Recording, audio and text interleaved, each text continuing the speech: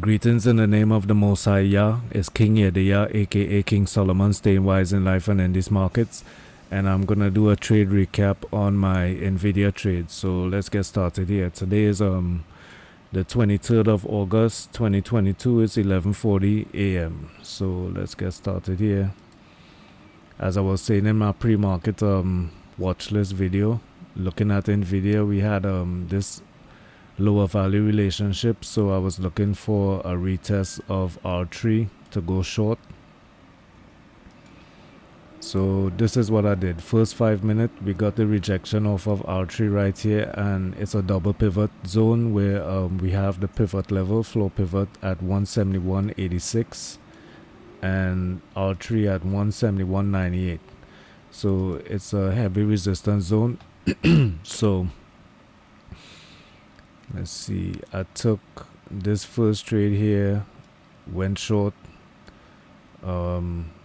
stopped out here when we popped above R3, went short again, and got a nice flush down in the markets here. We went down all the way to yesterday's close, and then this happened, man. This I didn't take any profit or anything like that, because it's like it's a lower value relationship in the camps, man, and I'm not looking to take profit at like S1, man. I'm looking to get back to S3, you know what I'm saying? So didn't take any profit or partial or anything like that. It came back up, stopped me out, right? So I stopped out above R3. Eventually just flipped my position, entered twice here. Well, if we're rejecting the lower value relationship, right, we're running into support here and heavy volume and we're taking off. Well, let's go then, right? So flip my position, entered long, the retest of R3, entered long again, and took profit here, right? And took profit here. Yeah, so that trade was successful. Ran up some there, and then I actually no. Let me get this straight. Let me get this right.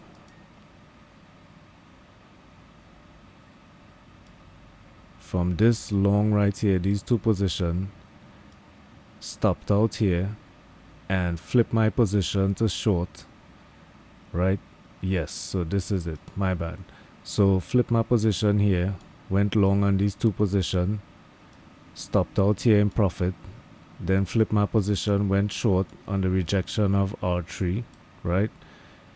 Went short here again on the break of lower VWAP, I mean higher VWAP here, that's upper VWAP right there, that red line. Went added to the position, we bounced on VWAP, came back up to this level here and stopped me out, right? So kind of like a break-even trade. And then let's see, went short here again, kind of broke even this trade when it was moving around kind of crazy. No, actually, yes. And then no, this was actually yeah. So these are two positions right here. So went short, covered, and then tried to go back long again on the pop-up right here, and ended up stopping out.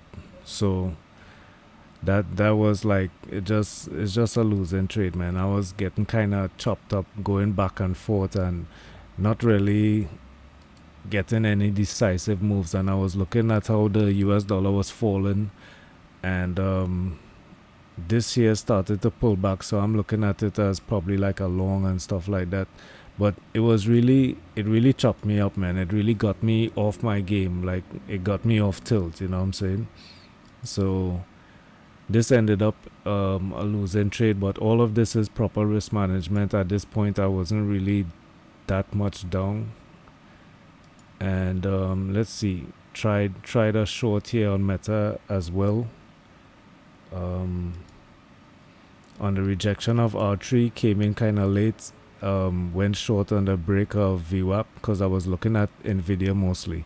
So took a short here on the break of VWAP, stopped out, took another short here on the breakdown of R3, stopped out. So 2 losing trades on Meta right there. And then let's see what else. So looking at the strength in the market, I decided to come over to Aapl for some Aapl strength, and went long right here going into R3 though, but the break above the floor pivot, this blue line, took that breakout, had to stop out here. Let's see, went short, flipped my position, went short, added to the position here, had to stop out, then took a long here, stopped out, took another long here, stopped out. No, actually, man, let me get this right.